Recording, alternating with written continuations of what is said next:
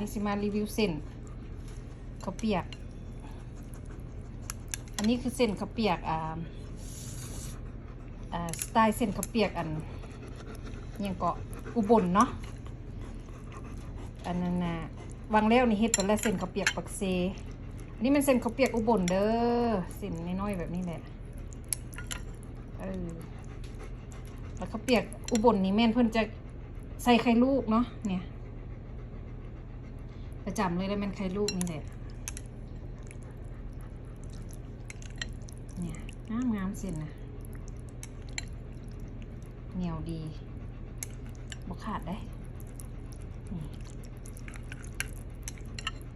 เนาะมารีวิวให้เบิ่งเส้นข้าวเปียกอุบลของแท้วะซันไปกันเด้อบ๊ายบาย